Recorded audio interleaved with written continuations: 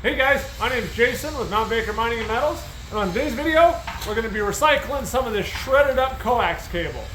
Here's a little bit closer look at this stuff, and I'm going to need your help on this because all this copper you see here is actually copper clad steel wire. It's all magnetic. Now there is some stuff that's this little silvery kind of coating on it. It's not magnetic. I don't know if that's tinned copper or silver plated copper. But what we're going to do today is we're going to try and shred this up and separate all the magnetics, all the steel out of it, and get all the plastic and all the silver stuff out under the magnet and into a separate bin. We're going to be processing our sample through one of our little scrap systems here.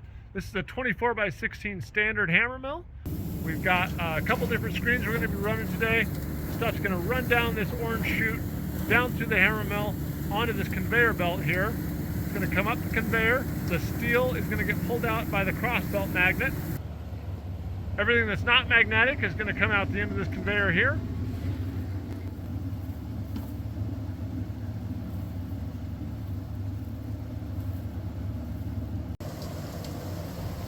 And the magnetic stuff is going to come out under the cross belt magnet, down that aluminum chute, and into that green tub there.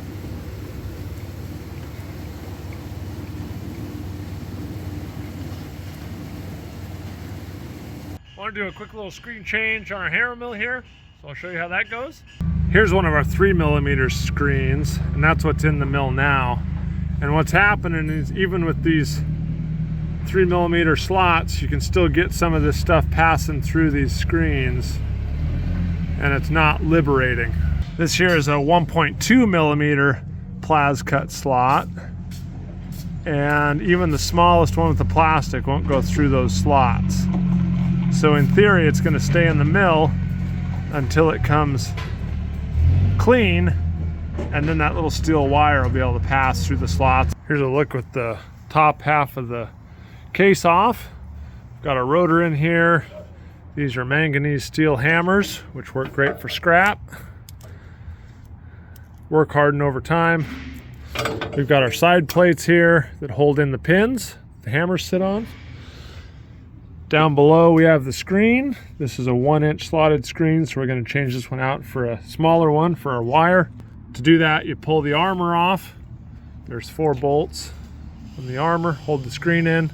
The screen rolls out, and then you can roll the new one in and put the armor back in, and you're back going. There's the old screen. Pulled it out. Now we'll get the new screen installed there. We'll run some wire. Here's the new screen. It's a little bit hard to see, but there's about a 3mm slot that's plas cut in that screen. So that's what we're going to be trying to strip that wire with.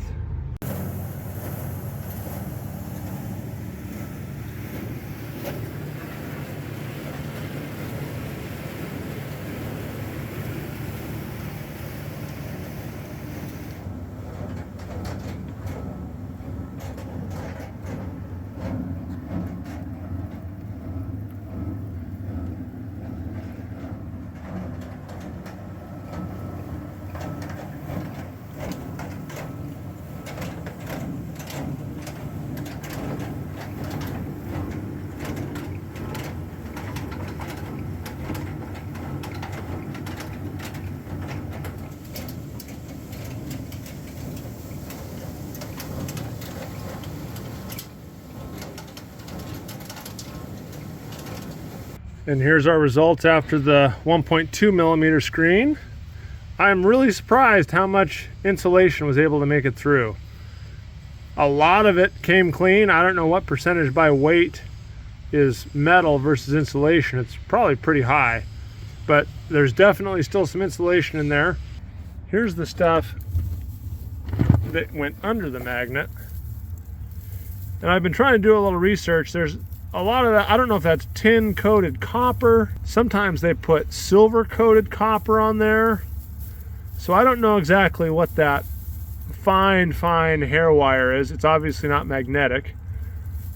But I'm wondering if that's where the value might be in this stuff. Well, thanks everybody for watching. If you want any more information on the equipment you saw us run today, you can find our contact information in the description below. So thanks everybody for watching, and we'll see you on the next video.